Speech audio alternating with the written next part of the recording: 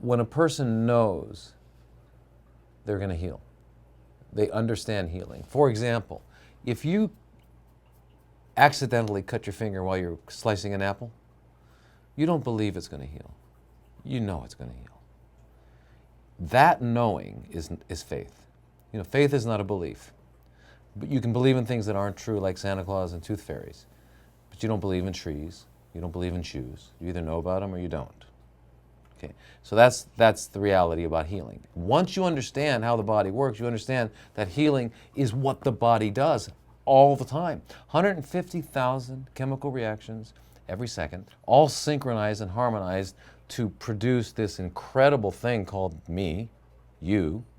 It's all happening, and it heals. You cut it, it heals. You cut a Mercedes, it doesn't heal. Space shuttles cost over $1 billion to make. You cut one, they don't heal. These heal. Pretty magical things. So knowing they heal, understanding they heal, is so, not believing, because remember, if you believe in something, when you believe in something, you can only believe in something that's not true. So when I had a woman that was told she had 3 weeks to live, and she had breast cancer and had spread to both lungs. Both lungs were completely filled with cancer. She was on oxygen and on a gurney, couldn't use the bathroom by herself. She just grabbed my arm and said, "Thank God, now I know I'm gonna make it." She did. We just got 3 weeks ago, we got a card. It's been 5 years. Her and her husband were out traveling around Europe. And that's the thing that the person brings. We offer those three. We help teach you to stop making it, target it without harm, stimulate the immune system, and the fourth pillar that holds that foundation up is your faith, your knowing.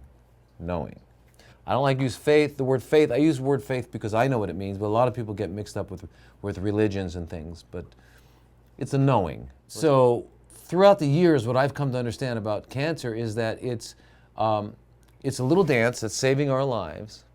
And once we remove the reason why the body has to do it, it goes away. So I never am concerned that it's not going to go away, no matter how bad it is. And people will call up with, "Hey, I've got this there's only been 3 cases in the world of this particular type of sarcoma."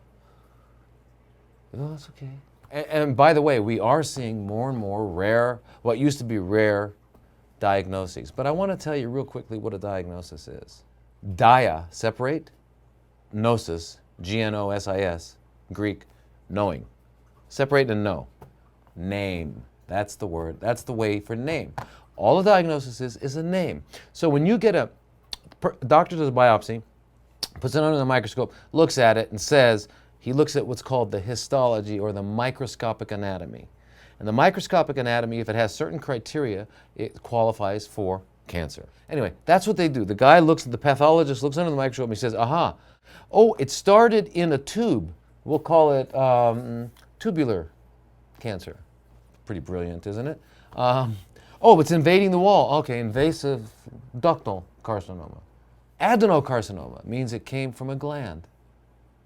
Well, we have glands in our breast, we have glands in our pancreas, we have glands in our colon. So if we understand that a diagnosis is nothing at all, in fact, it's irrelevant, because if I tell you that you have diabetes, does that tell you how you got it or how to get rid of it? No. I'm just telling you, there's nothing magical about it. All a diagnosis is a name of a condition. And the name of a condition under a microscope is the same as taking a snapshot in a movie and trying to describe what the movie's about. It's not possible. So what I want everyone to know is that your body is in the process of healing. What we have to do is help you get out of your own way, because your body wants to do one thing only, and that is to restore absolute integrity and balance. Okay? And if we can get you out of the way and help it a little bit, it's going to heal. We have seen it over and over and over again. So I really don't, I listen to the stories because people need to tell their stories. But I know cancer is just a fail-safe mechanism that our body is engaged in to keep us alive.